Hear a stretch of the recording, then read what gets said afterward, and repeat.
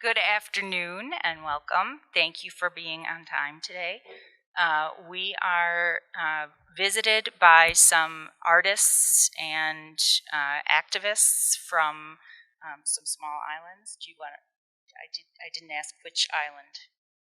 A big island. Yeah. So Sure. we can. You'll tell us. Yeah, you'll tell us. So they're here visiting, and they're going to share some of their work through art and culture with us, and hopefully give us a few minutes to ask some questions at the end. So this is Troy, the librarian. One of the librarians. Yeah. I don't take responsibility, but I'm helping to coordinate the program, and so I want to say thanks to it's Tim Cole, Richard Mogu, who are visiting artists. So this weekend in this building, they're part of a group that will be doing a special event, which is fantastic. I hope if you're free this weekend, please come. It's called Small Island Big Song, where there's performances from performers in 17 countries around the Pacific, and they're on a nationwide tour. And actually, this group has toured the world, really, right? And been through in the United States, been through Arizona, I heard, Massachusetts, moving through, and unfortunately, it's a cold, rainy day here in Illinois. But we're excited to have them. And part of their programming is that before their performance, different artists go out to different classes to help have conversations that connect in with our curriculum. So this is a really great opportunity that we wanted to take advantage of to connect their ideas, their art, their thinking in with some of the work that you're doing in your classes. So thank you to Mary for giving us this time. And I'd say thank you to these guys for joining us today. And I will step out of the way. If there's student questions, I would like to be able to give you the microphone just to capture it for the recording so that we can hear the full context. So, okay, thanks. I'll turn it over.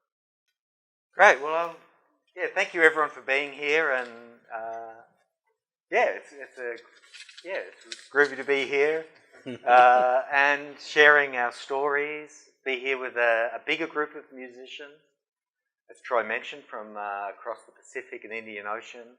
On stage, artists from 16 island nations, a number of them on stage, and then others with us on the screen, virtually. So I'm Tim Cole. I'm a music producer and filmmaker from a large island in the Pacific, which is underneath Papua New Guinea. As you all know where Papua New Guinea is, but maybe not where Australia is.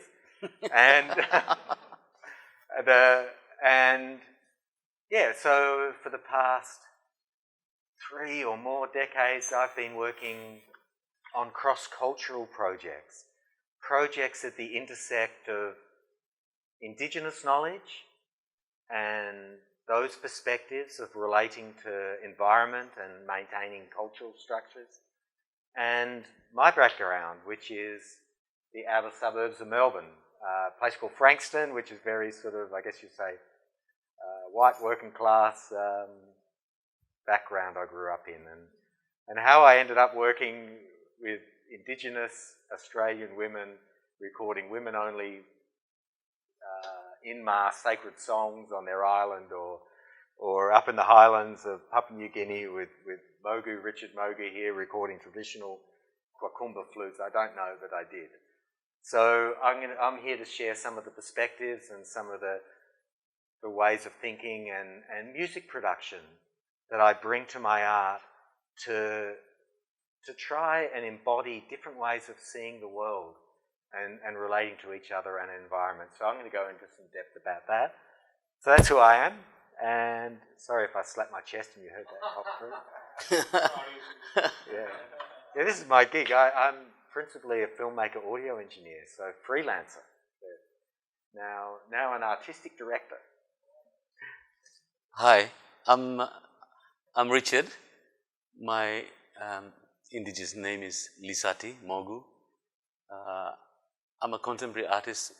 We say contemporary because we've chosen to hold on to our traditional music and sounds in the midst of all the influences of music that are coming into the country, and young people are going into the usual island reggae, rap, hip hop, all of that thing. Some of us have chosen to just hold on to our cultural sounds, just to make them known and influence the other younger artists back home. And I find myself in a more important position here now, privileged to be traveling with this group, because we get to bring our cultural values and our understandings through music and on the stage, performing our traditional flutes and garamut, it's a wooden log drum, and kundu, some instruments that we play, but the stories behind it and the songwriting that are with it, and chants and all of that. There's a quick image of when we were recording with Mogu, with Richard up in the highlands of Papua New Guinea. This beautiful instrument called Kwakumba. Yeah. The Kwakumba flutes are from the highlands. I'm not from there. I'm from the coast. But can you show up on that map? Yeah, that's Papua New Guinea there. There's the New Guinea island there, and there's a line that divides that island. That's West Papua, and it's under Indonesian rule. But we are indigenous people who manage and govern ourselves. Lucky for us, the Australians gave it to us on a golden plate, without any bloodshed. Role in that? Hey? My one of my great uncles was representing Australia to draw up the constitution to hand Papua New Guinea back. Thank you. Yeah. So we've got connection. Yeah. So I'm from this part of the country near Port Moresby, the capital, which is, they're going through so much change because it's a modern city, but we're in the crossroads of holding on to in the villages they're holding more onto their traditional beliefs and things like that. But as you go into the cities, in modern life, you can see evidence of modern life as, buildings and work and all of that. So we are in the cross-section of all of these things, all the changes that are happening. So some of us have taken the challenge to just hold on to our cultural lineages and the stories and the practices. Not necessarily the practice, but the music, the art of it, especially the aesthetic, performance of it. But now we find ourselves being drawn into, things like this, like classroom situations like this, sort of give us a depth in what we are doing. So we have to find the words to express it. But that's where I am from. And the flute that you saw is from the middle of the country, that's in the highlands. And I taught there for a short while. And I did a little study on the flutes, and we came up with, I had to transcribe it. It's more like sort of like an anthropological study, but I'm not an academic. They just engaged me there to just, because I'm a musician. So they got me to teach at the music section. And on one occasion, we went into one of the local villages where I've usually played the Kwakumba flutes on several occasions as touring, but I had the opportunity to just go meet with the people who own this flute and understand the stories behind it. And I thought when Tim said, we're going to a philosophy class, and I said, oh wow, it's a little beyond me, but I think we can bring the stories. They may relate. And because a few of the patterns of the flute I found out from the elders that were teaching.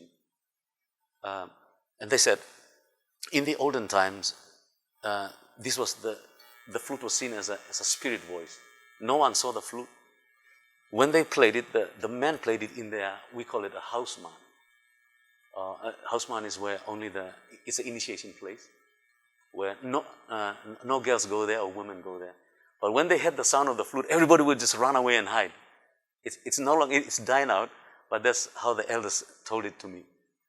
And they said, when they heard the flute, the whole village would just run off. And if there was anyone caught, or any young woman, or because it was sacred, because they said it's a spirit voice. If anyone saw the flute, they'd be sort of like killed or something. And wow. That's how they said it. And I said, wow. And I asked, is that practice still on? He said, no. As you can see, the flutes have come out and it's become secular. Even the girls, can see it. But that was the practice then. So you can see that we are changing, and we are sort of embracing modernization and change too. But it was interesting he said that, because it would be like despicable to think of it now in a modern one. But those are the changes that we have come through. The other thing I found out about the flute was, he said, because there are some patterns, I should have brought the flute so you can see. It's a very straightforward flute. What do they call it? A tonal flute. Just one blowhole, and the end is open. It's a bamboo flute, one blowhole, about 30 centimeters. There you go. And you just create the sound by, you blow harder, there's a low drone, and several different techniques. No, I didn't read. Yeah, it will be performed at the concert. Yeah.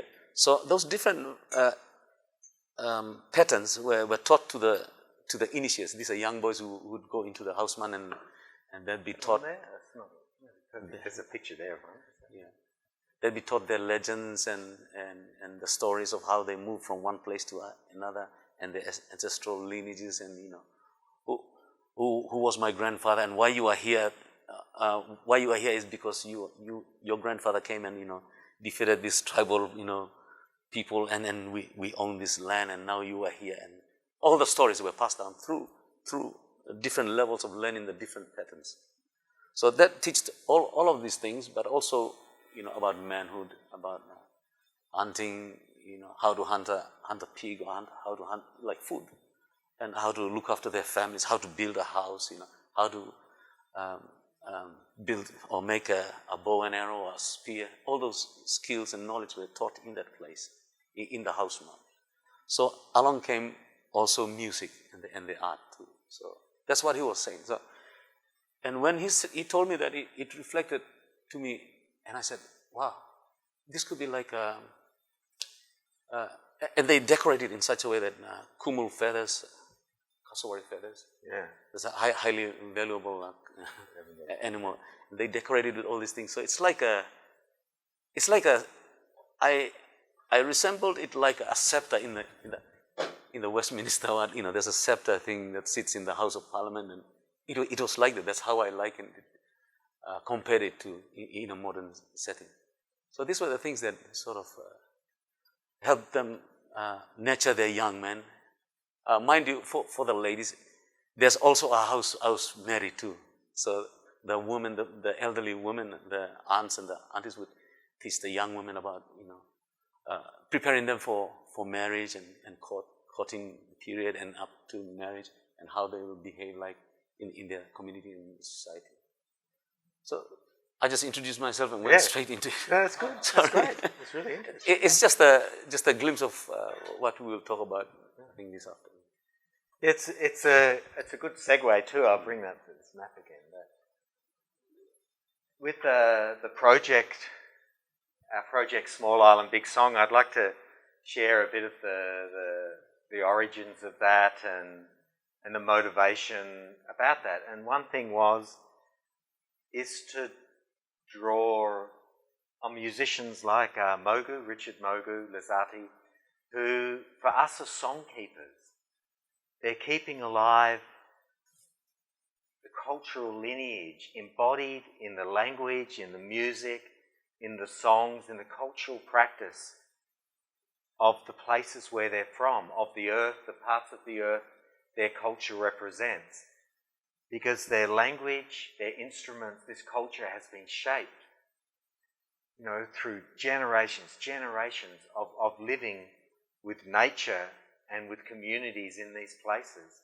So embodied within that language, within the instruments, the music they carry, is that knowledge, which in some cases, most cases, I think is really ineffable knowledge that with our ways of thinking, our paradigms of fitting everything into our world, our sense of self and belief, there can be some, sort of cognitive dissonance there. They're two different ideas, but the knowledge is embodied in that music itself, so we can still present that in a way that you can feel it, you can interact with it, you can touch it, through hearing, through seeing a performance, through seeing the concert. So we can, in a sense, keep alive those cultural ideas and present them, you know. So I'd like to go more into depth about that, but I'd like to share how this project began and also my background and experience working on cross-cultural music projects, which for me actually began in Australia and Papua New Guinea. My first project was to outside of Australia, to Papua New Guinea, and really it opened up my mind that I loved music production, I loved all that work of filming, but then working with Wantok, as they say in Papua New Guinea, one talk, the Wantok of Mogu, his sort of brothers and sisters culturally who play music. Working with them, I understood, that's where I came to this understanding back in my early 20s, that culture also is part of a lineage, like an ancestry, which is very much about the future as much as it is about the past and the present. And by doing music projects at the intersect of different cultures, we can create dialogues about the way we relate to each other and our natural environment. And that really set me on a path of working with cross-cultural projects. And one place that defines that really well is, come back to that. For the last 2 decades before beginning Small Island Big Song, which is almost a decade now doing this, I've been working a lot with Indigenous Australian artists. And not also artists, also with cultural people. So this image here is in the most remote part of Central Australia. I don't think I've got a map there. And to get there, to these places, you have to drive for like 700 miles off the bitumen road. There's only one bitumen road down the centre of Australia from the top to the bottom, from Darwin to Adelaide. In the middle is a place called Alice Springs, and there's a recording studio there, which is an Indigenous Aboriginal-run recording studio, and I was employed as the senior music producer, which was such a great honour as a non-Indigenous person to work there. So part of my job was to take this, they call them troupies, and we drive right out in the desert to these remote places. And now this music really helps explain, you know, the significance of culture. There they have a form of music called song lines. And song lines are a series of songs that are all joined together in a certain order, in the right order. You can't get them wrong. And these song lines, you know, it's like a playlist, an album, music album, but they're quite long. They embody the knowledge, and they're used as a technology to pass down through generations the knowledge of, in very practical ways, like as Mogu was saying, the songs, you know, hold cultural structures together within the society. They embody the knowledge of, you know, which plants you can eat and can't eat. And particularly here, right out in the desert, they embody the knowledge of the land itself. So there is a series of songs which only initiated people can hear, that I've actually had the fortune to hear as the sound engineer documenting them. I documented one series of initiated song lines for a group called the Warramungu near here in Central Australia.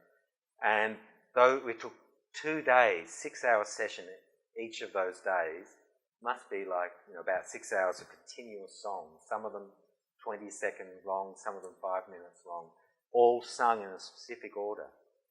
This body of songs tells you how to travel across that whole nation.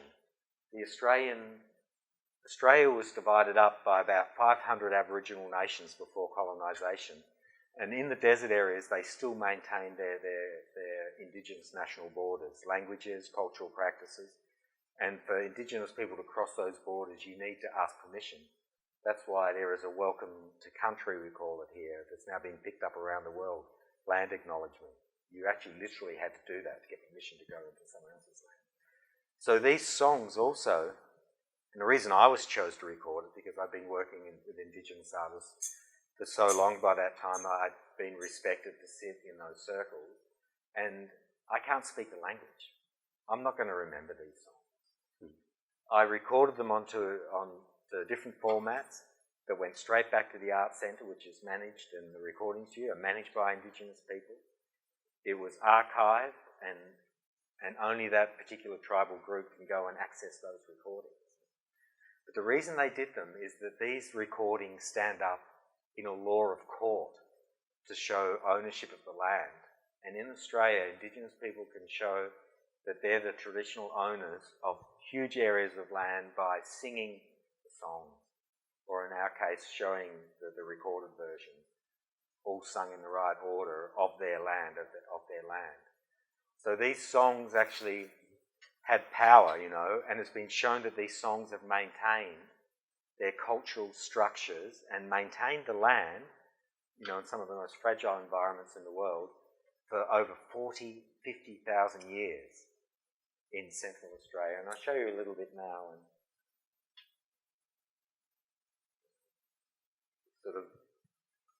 so this is where we are, Kirikara community.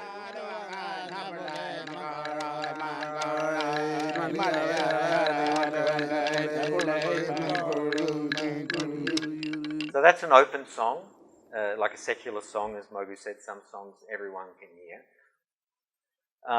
And I love to go and record it actually on the land where they're singing about. Often people would go in the art studio or in a house, but I thought, let's just go out in the land. So after doing that, I love to go out and just practice cinematography in my filming. So here I'm filming like a star rise. The stars coming up, the sun setting over. This is Men's Mountain out in the Pintabee land. And while I was out there one day doing that, at the end of recording that actually session you heard then, I was listening on my troopie to the AM radio, crackly radio, streaming the news from Perth, about 1,000 kilometres away. And it had the IPCC report, the latest IPCC report. And it just absolutely crushed me, you know, that here we are on this beautiful planet. I've been working with Mogu and his Wantok in Papua New Guinea in the island areas, in Rabaul and in Vanuatu recording. I'll show you some of this soon, recording traditional music there. And these people of the islands are, you know, they had nothing to do, so little to do with climate change. They're going to lose their islands. And at that moment, and my partner Bao, she's here, she's our project's manager and producer. The two of us said, okay, we really need to do something together that this is the lens through which we frame our future, you know, but doing what we do. And it was really clear after that day of recording these songs that embody different ways of seeing our relationship to nature, to earth, in sustainable ways, you know, that we could actually do this in regions which are directly threatened, with artists that are representing islands, which Mogu does, that is directly in the front line of climate change. And he'll tell a story soon about the impact on the growing seasons and patterns, you know, directly affecting him. So I didn't bring it. I've got to show you this picture of the two of us standing on the road, about to leave and head out and do this project. So that's what we thought we'd do. We'd travel around and meet people that represent these cultures. I wasn't going to show this picture, but here we are.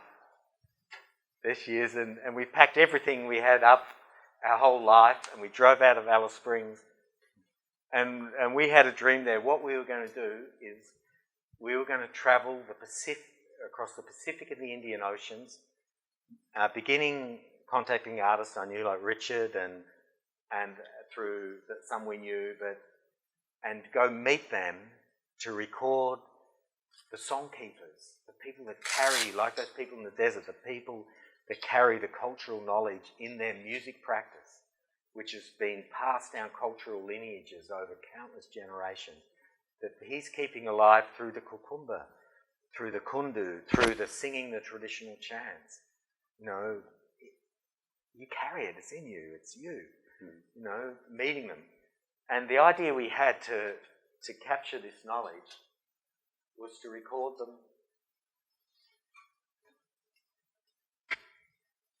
to go and meet these artists and to keep my voice out of it. I wanted to be surprised by the result. So I had this idea to record everything in nature with the person that represents the traditional owners or the custodial owners, which is the language we use. You know, people that have lived there the longest, First Nation. Recorded them on their custodial land. And I'll describe this to you in a moment. And all of the artists that we recorded with share this seafaring culture. Their descendants were the first people to settle on their land, and they arrived there by boat, by this incredible migration of the oceans that not many people are aware of, which is 5,000 years ago, and there's a map here to prove it, so it must be real. 5,000 years ago in Taiwan, we now call Taiwan. Who knows what it was called then, you know? It may be embodied in the songs that you sing, that knowledge. We have to pick it apart, find it. 5,000 years ago, the indigenous people of Taiwan were the first in the world to design ocean-going boats, ocean-going vessels. And they had the technology to be brave enough, confident enough, not brave, but confident enough to cross the horizon. Could you imagine that at that time? No one knew what was at the edge. Was it an edge? You know, you'd never return. No one had ever gone and returned. Like leaving our atmosphere and going to the moon. We did that because we had the technology that we knew we would be safe. They must have had the technology, the confidence. And they left. They crossed the horizon successfully. And over about 3,000 years, they spread their culture, the breadth of the Pacific Ocean, all the way to Rapa Nui and all across the Indian Ocean to Madagascar. And through this project, we will be able to show, and we will have musicians on stage from, you know, parts of this breadth who still share language, who share musical instruments, who share musical references, and like the conch shell, very much a part of your culture, that opens ceremonies. The same in Madagascar, the same in Rapa Nui, all over the Pacific. Yeah, in Taiwan. So everyone in this project is connected to this musical heritage, and the reason for that is their story can speak for a human engagement and relationship with this vast region. It's called the Austronesian heritage. It's the 5th biggest language group in the world. It's one of the biggest diasporas of people in the world. And I grew up in Australia, right in the centre of it. I had no idea. You know, I learned all about England and the Tudors and English culture. I didn't learn anything about the incredible culture, history of my own region. So to record with those people, and only using the traditional languages and instruments of the island that's being represented, that we're recording. And that's the reason I spoke about before, is that culture, and this is the core to our project, and it's a thought paradigm really, that our culture defines our relationship to our environment, you know, and that's natural environment, that's society, that's everything, you know. Culture defines our relationship, our personal relationship to that, but also our environment, our nature actually shapes that culture. It shapes our identity, our personal identity of the way we see ourselves fitting in our world. And I really believe as humans, that's through the stories we tell each other and the stories we create in our heads, the stories you've created in your head about me. Who is this guy from Australia who's rambling on? How do I fit into your world? You've all done it. We do it. It's natural. Yeah, I think we need stories the way we need air and food. It keeps our mind, our cognitive functions, you know, making sense of the world. And that's when we say cognitive dissonance, you know, things that sort of challenge that. And I think a lot of the ways of thinking from Indigenous culture do challenge that. And so much to the point that we actually we may not be able to grasp them, but we can embody them in music, in culture, and share them that way. And that's very much the process of what I was trying to do as a music producer in this project. But I was also trying to keep my voice out of it. It wasn't about Tim Cole's life growing up in the suburbs of Melbourne. We didn't need to know about skateboarding and AC/DC music.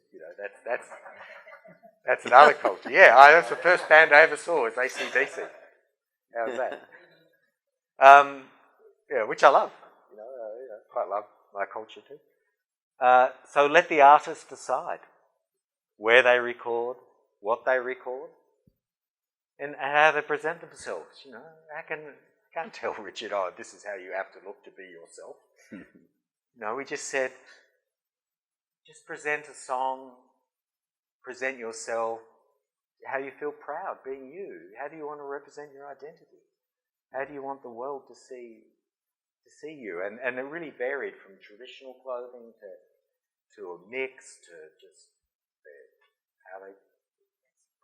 And the film meshes that all together. And then the other thing we did, this digital effects, that's just a sound thing. I didn't want to corrupt the sound, so I didn't use any of those gimmicky reverbs and stuff. But the other thing we did was shared the songs.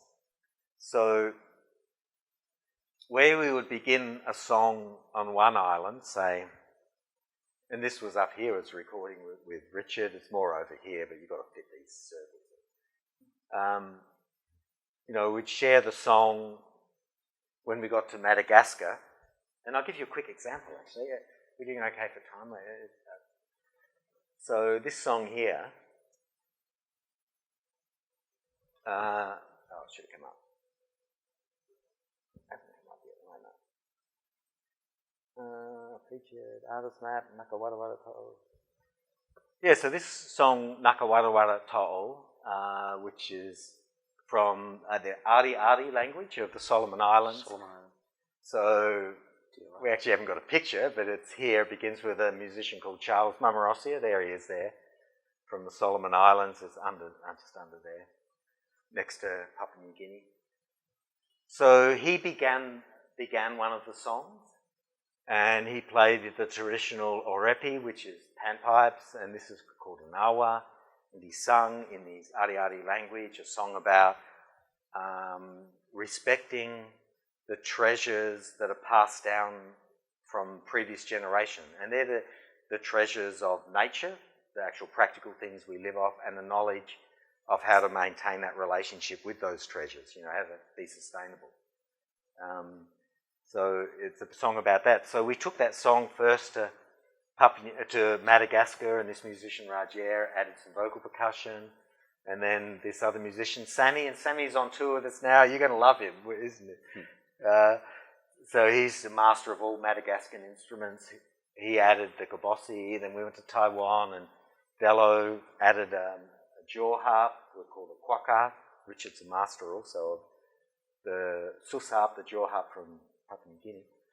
Then to Hawaii, and Torres Kahele,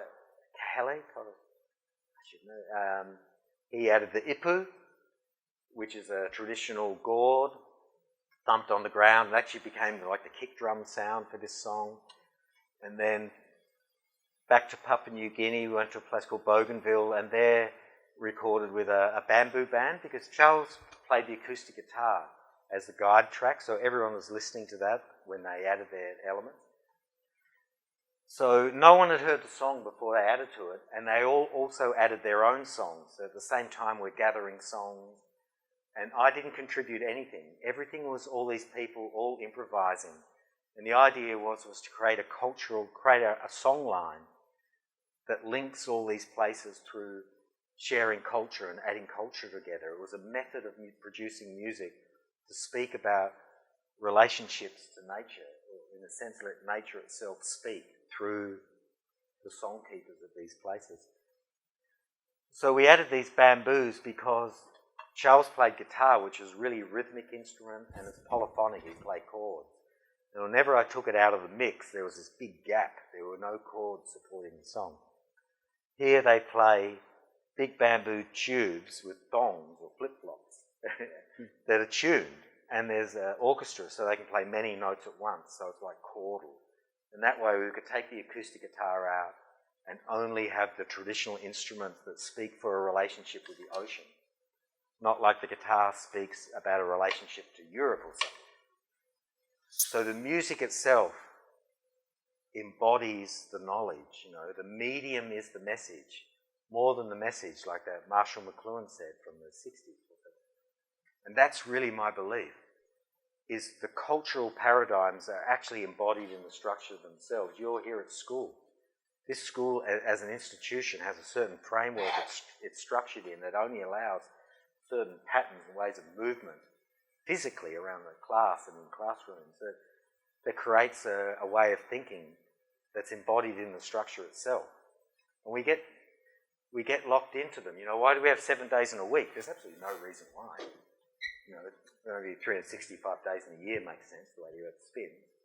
But all these things we believe they're real, they're not real. They're just made up. They're just cultural paradigms. And how can we explore different ways, particularly ways we have no idea of how to comprehend them? I don't know. I don't have the answer. But I sort of think that we can touch them in the cultures, in the kukumba that Mogu plays, in the music like this. And I'll show you a little bit how this song came together. I was just explaining then. Hai, suana tapo sini ni mana mai mar se poina. Hana mai na pensuro ilo marore. Sua moua harota. Urba waru moua harota. Kurparan mana moua harota. Kurparan kene moua harota. Urba waru moua harota. Kurparan po moua harota. Kurparan kene moua harota. Sia.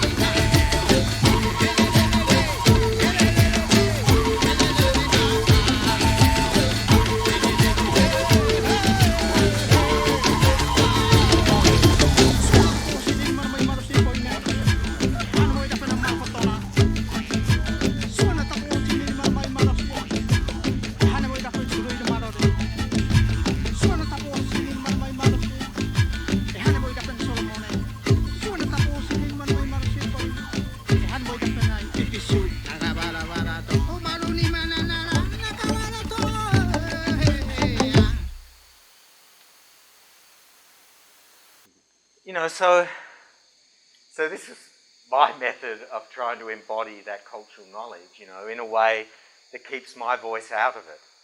I didn't tell anyone what to play.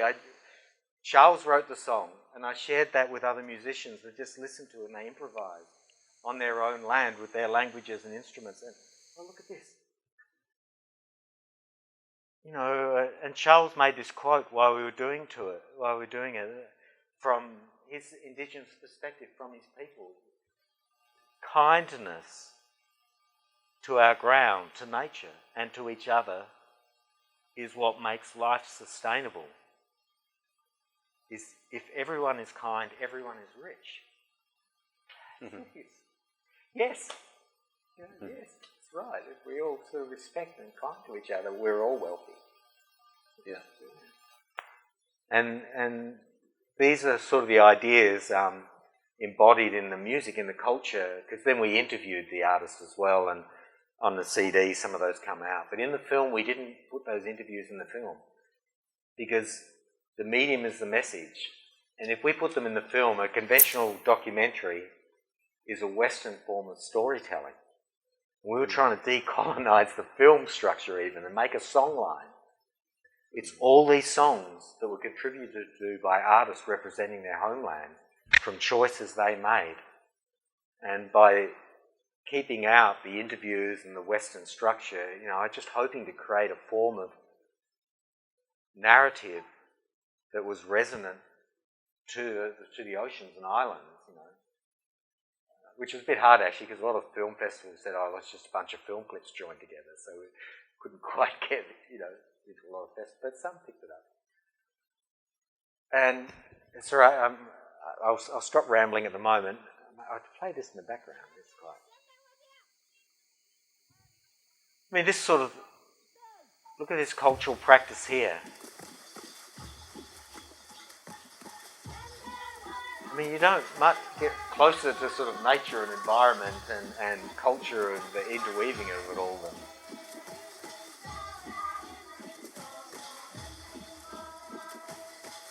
It's a song about... A lot of the songs we recorded were about food and about... So this song about the taro. It's actually a work song about harvesting and picking up taro. So people work together in the fields. Oh yeah, I've got the lyrics there.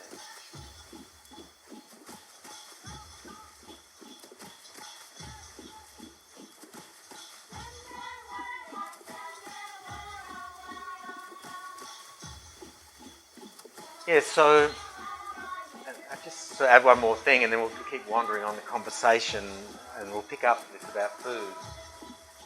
Because I do have this belief that our culture, our Western mainstream culture, which we're all very much, these are where we make our choices from mostly. I absolutely recognise that.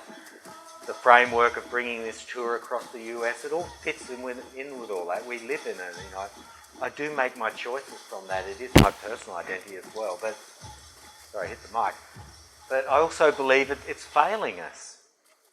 It's failing us right now because our Earth, it's the natural ecosystem which we depend on, 100% is collapsing around us. The rise, we all know, you all know about it, climate change, not just climate change, the chemicals that are filtered out through our whole system, the plastic in the oceans, the microplastics now,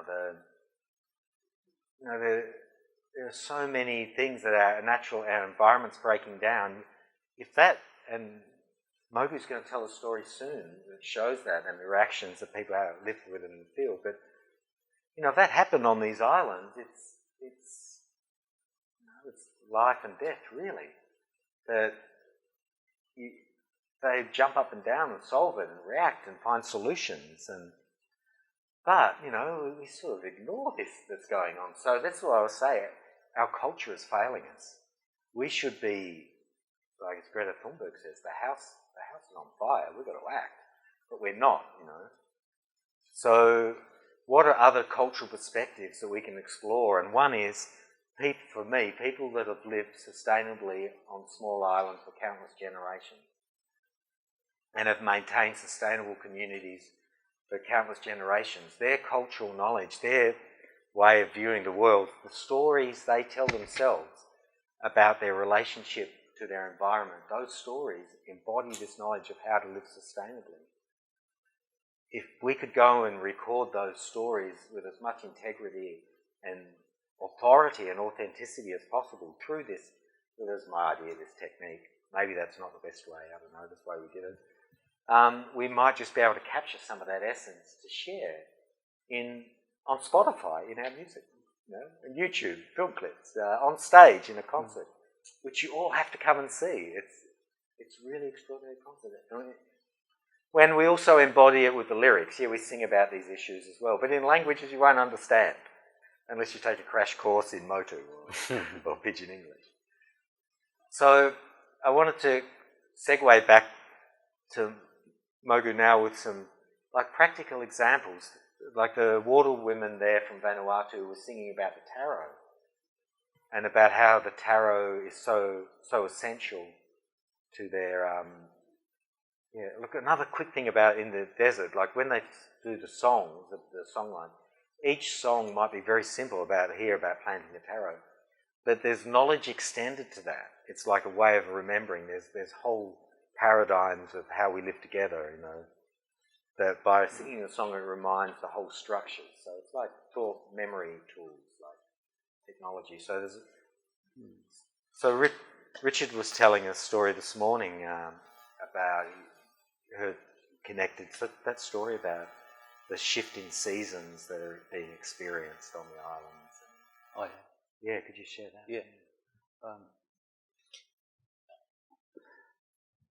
Yeah. There was a traditional knowledge of our calendar, in our particular where I come from. It's called Magi, and the language we speak. Because we are seafaring people, there's a lot of trade that happens.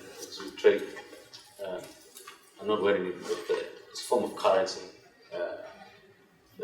We call it a buggy, but I think it's trocus shell, the red one. It's valuable. We pay for bride price for marriage and all of that. So they had to sail for it. My people had to sail across to the east of Papua New Guinea, Milne Bay here, and so they had to sail for it. So they had big canoes, and they would sail right around the north, which is Woodluck Island. I don't know if you know, Trobriand Islands, and right around. Yeah. But there was a time to sail, and and my uncle he was telling me about they knew the time to sail. They didn't have any calendar at that time or mobile phone. This is March, and the winds are going to be not strong. It's the right time. It's the westerly wind that blows that can take us around. They didn't have any of that, so they would see signs on the trees. If a particular tree, like oak is Galipi, you have Galip or Not sure. Okari? No, the nut that we eat. Garlic. No? Garlic. Yeah, Galip. Galip? No, I don't know that. I'm not sure. No. I think it's like almond. Oh yeah. Yeah. I don't know. It's very popular. So when the leaves turn red, that's the time to sail. That's what they said. That's the time to leave, and because the trade winds would take them right around that country.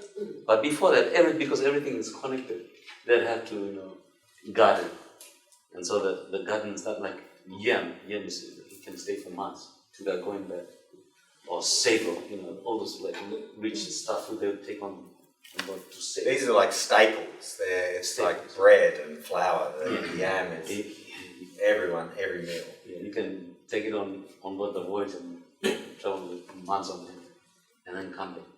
And then there's a season to go out like trawling, where the tunas jump and all of that.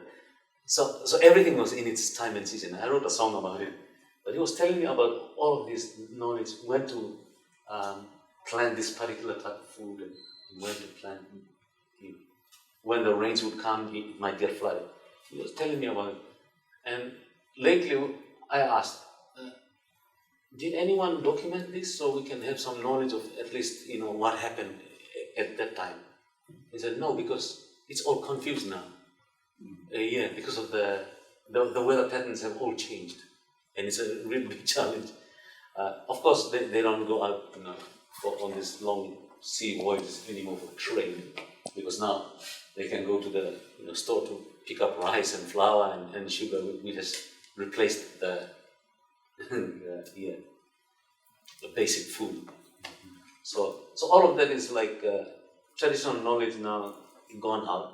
Of course, things change, but it's like we have this sad sentiment. Oh wow, we should have understood how they thought, or how they navigated themselves over horizons without any landmark to see where they were going. How they told which way was north, and how they could read the stars. That knowledge is gone. GPS has replaced it, and those are some of the traditional knowledge that in fact, our brains too, probably, if I can say that. Like, I used to remember 8-digit numbers until mobile phone came. I can't remember. So what's your number again? You know. So that's just an example of how our mind, our wisdom, and how our brains can interact too.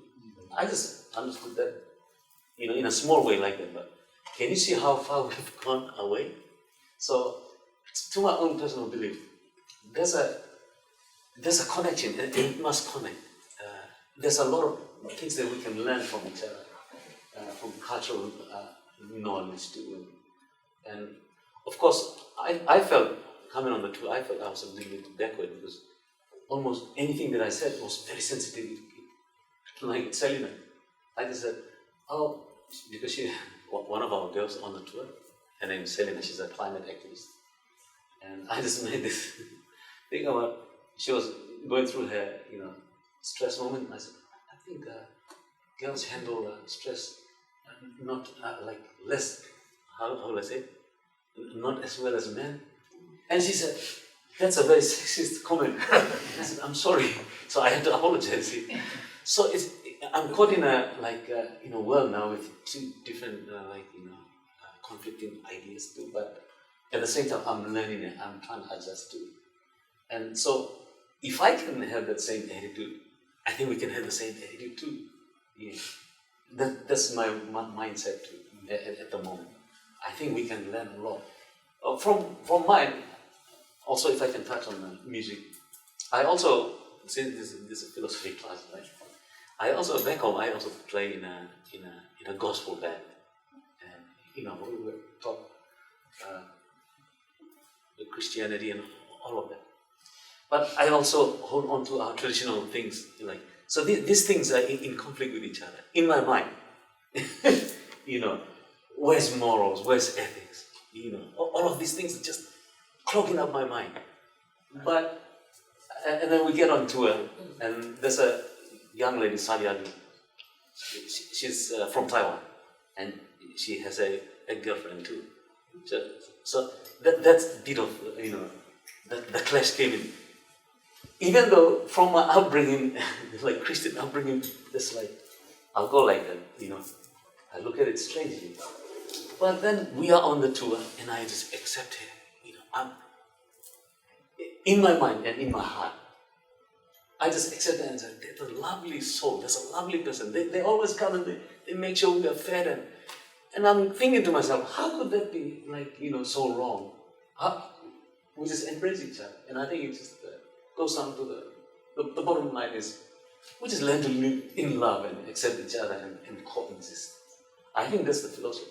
Love is the philosophy. Yeah. Hey! What's that? Oh. Yeah, it is actually a theme of our, like with our project, you know, how can we sort of embody the different sort of truths, you know, that we're trying to represent. And one is diversity. So we've really made an effort, like in the group of people that you will see on stage in age, from, you know, early 20s with Selena from the Marshall Islands. I'd love to introduce everyone on the project, and to Sammy, who I mentioned before, who's in his mid-60s. And then a balance of sexes. Richard mentioned that, you know, we don't draw any attention to that, but a range in sexual preferences within the group, you know. In cultural backgrounds, definitely everyone is representing different islands and heritages. And also, so these are some shots actually from Vanuatu, but it's similar Melanesian culture to Papua New Guinea. That's breadfruit there.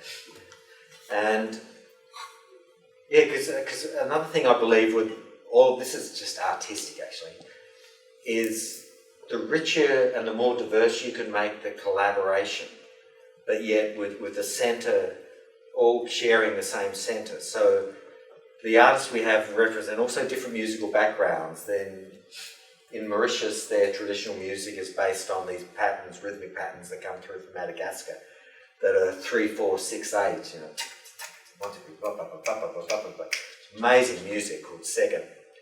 But yet in indigenous Taiwan, it's more 4/4.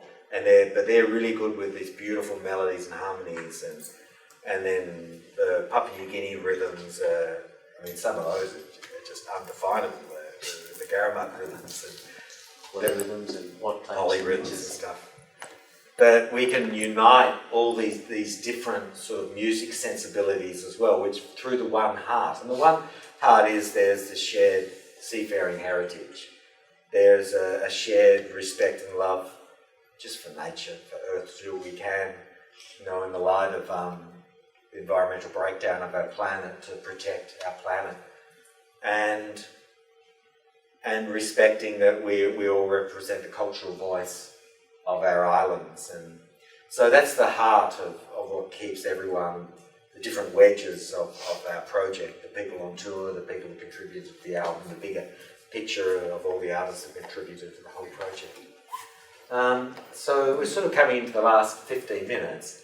So a good time to open up to questions. And I was just showing this just quickly here to Mogalava Island in Vanuatu was actually the first region to be declared as climate refugees by the United Nations due to sea level rise back in the early 90s. Similar, their planting seasons are changing just so subtly that you were telling me this morning that you people missing planting seasons, having to restructure their planting, just smaller crops scattered throughout the year. Like this place here, they missed planting the yams because the flower didn't bloom. That's all their wheat for the whole year. Gone, not there. No staple. There's no shops, there's no supermarkets on these islands. They're remote to get to. So they have backup food in the forests that are only used for emergency during a cyclone or a big hurricane, typhoon. And they have to use it consistently now, and they're eating those down. They're not going to last, So there's some of the, you might think it's subtle, missing a planting season, but for them it's dire. It's a sign for the world too. Our monoculture. Once we start missing some big wheat crops start failing, we've got to look at what's happening everywhere. But yeah. So questions. Yeah. Any questions?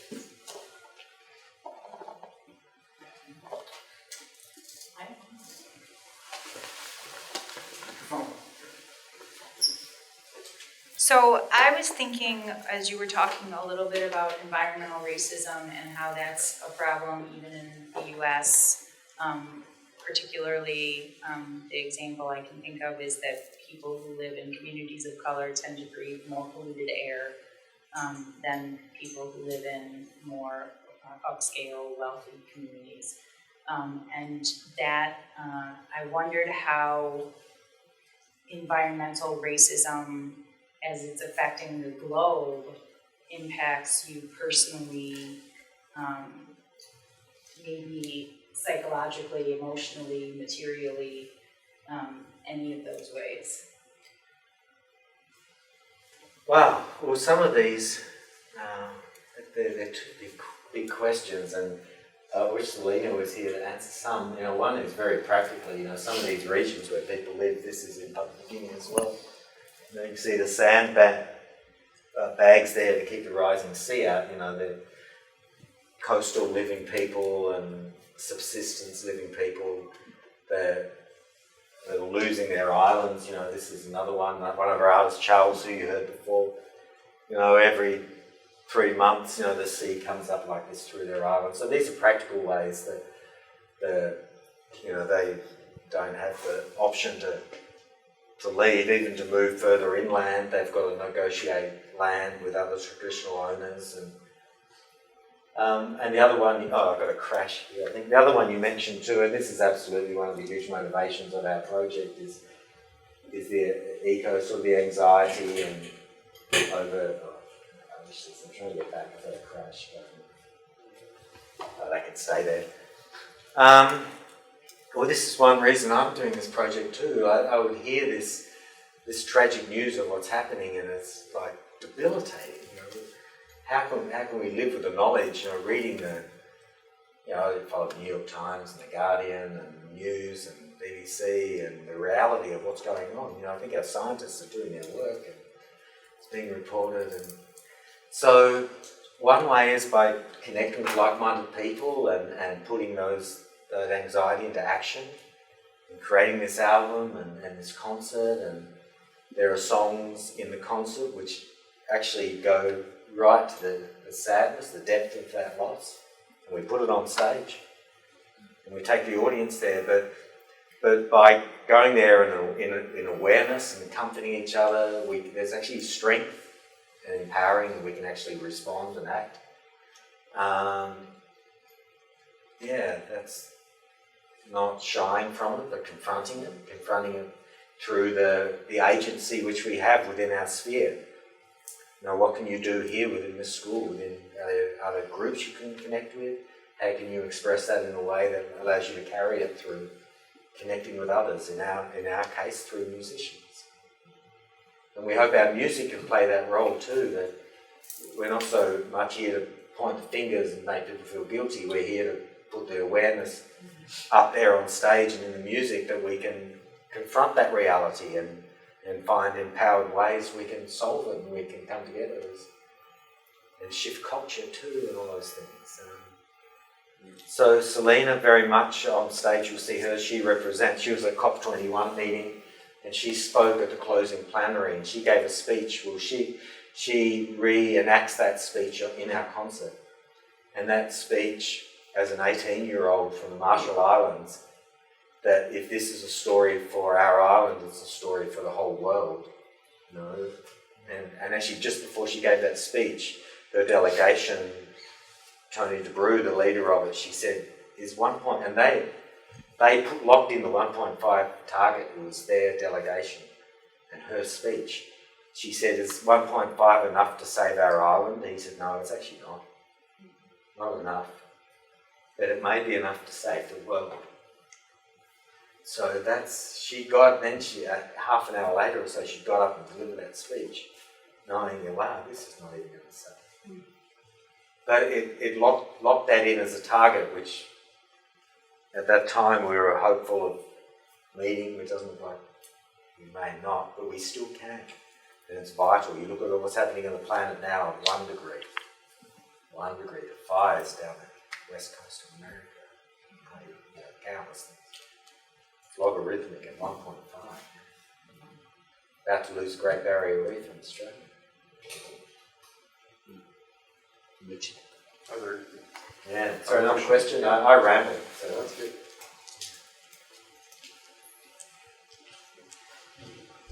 I'll ask. I just want to make sure students have a chance. You guys, anything? Be brave, it's okay. So one thing that I always find to be true about times where artists get grouped together is that creativity sort of magically happens as artists interact and share. And I wonder about putting this group of artists together and then traveling across the United States in this constant kind of interaction. Is there new forms or new ideas and things coming out of this that are surprising or interesting that you can share with us? Yeah, Richard, you could. What's it like meeting everyone and learning about the different styles of music and meeting these artists? And for me, I've learned that some artists, like from the Mauritius and the Madagascar, I saw that the artistic forms are more in the patterns, and you have to play it right, play it this way, because it's the right feel, it's the right way to play. And I came in thinking, I don't have to be right, and telling them how to play my music. As long as I get the emotion across. For me, the emotion is the power. If I can influence my listening audience to the message emotionally, and if they can feel there's a message and the importance of it, then I've done my work. Because I'm a musician, and I came to understand that the mind sort of identifies patterns, and that's the aesthetics of the arts, right? You understand patterns, sound patterns, rhythms, and oh, it's an intricate rhythm, oh, it's a difficult rhythm, oh, it's this one. At the end of it, I came to understand, oh, wow, that art is good and, being musical and, being highly skilled is really good. But now I'm finding out that, wow, the message is really powerful. And I want to use my art to bring that message forward. That's my view. I'll show you a quick little example. This is a collaboration we did with a powwow group, powwow group. I just want to jump to the middle part. I think you have to show.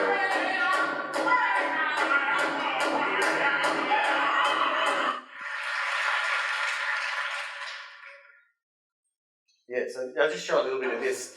So we've actually also been doing collaborative moments with different indigenous artists at shows. So this is a powwow group from Arizona, and this is Plutard from our group, from the Amish people of Taiwan.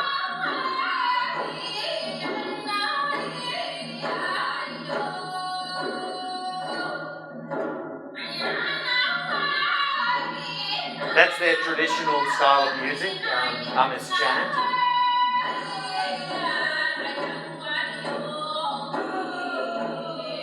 This is the Garamut drum.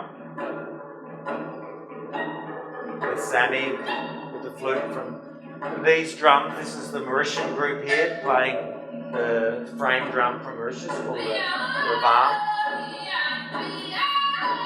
This is Salalui, who Richard mentioned before. Yeah, so this is just a little bit so that we've been doing these sort of collaborative moments as well. Yeah, so this is what you'll see in the show, but without the powwow group.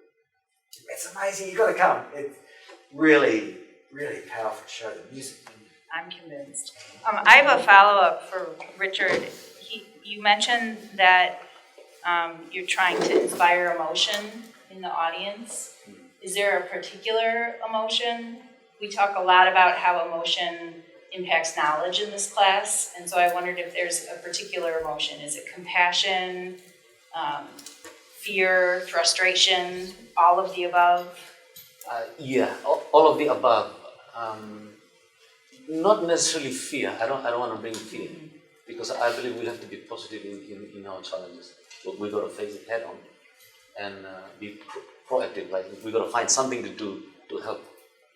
But yes, if we can create empathy or sympathy, I agree.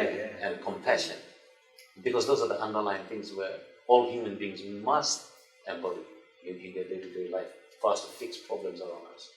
It starts from our, like for us married guys or boy-girl relationship, in every sphere of our relationship with one another, students to teachers, in a little community, in just your neighbor. Those are our fundamentals. If we lose that, we are losing as a human race.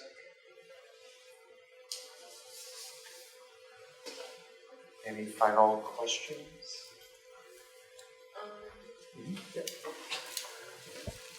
Jump it. So, what's the? I think you already answered this, but what's the genre of music called? Because I know what was just played was powwow music, I think, and that's similar, or I think that's Native American music, but the genre of music of the videos previously we watched, what's it called? I just want to know the name of it specifically. I just play some in the background while I talk. They've been calling it world music, yeah. But as a creative person, we don't want to be put in a box. Oh, yeah. Yeah, you don't want to be. You just create, and they give the description to you. Say, oh, it sounds like it's traditional. That's how we think. If we wanted to search it to find examples online to learn more, I mean, what if we search for traditional island, if we look up traditional in the Grammys around the global, global. But They call it global that's music now. Yeah, What's called world music. it's so broad. It's music that's written through collaboration. It's people drawing on their cultural traditions from different islands. But have a listen. This is one of our singles. What would you call it? I'll play that again towards the end. You're on island traditional and then like, if you pick like Marshall Islands and search for it, No, you won't find it. It's using the rhythms from the Indian Ocean, but it's mixed in with the rhythms from Papua New Guinea. I don't know. The trouble with it is global music. It locks a lot of people out. They think, oh, world music, global, that's traditional. I'm not into that. I don't think I'll listen to that. But I think our music's really accessible. Just have a look. We're on Spotify. It's Small Island Big Song. It's on, YouTube, and of course, we really appreciate people who have a listen and like it. It's hard to build up numbers. One, I think, important announcement, I know we're about out of time before everyone runs away. I looked on the Fine and Performing Arts Center website, and if you have a student ID, you can get a free ticket for this weekend. I was going to say that. So you can go for free this weekend, and if you bring friends that aren't students, they may have to, pay, but it's at least, it would help with the cost. So please come if you can. It's a really nice opportunity. Yeah, you got to see the show. Can you repeat the time of the show? I'm not sure. Usually, Do you know? exactly. Look it up real quick. Okay. It's Saturday, right? Saturday? Yeah. First? Is it Friday and Saturday? It's It's just Friday, April 1st at 7:30 p.m. There we go. Friday. Yeah. We travel to so many shows. Keeping up with it. Right, remembering when, yeah. There's a tiny bit of festival we did with it. Oh, I can't show it. Don't worry. But yeah, and you'll find we've got a hip hop song in there that's all traditional instruments recorded in the field. Powerful. It's really dynamic. But have a listen to our music online. Smaller Island Big Song. You see it. Yeah, thank you. Maybe a round of applause. Yeah.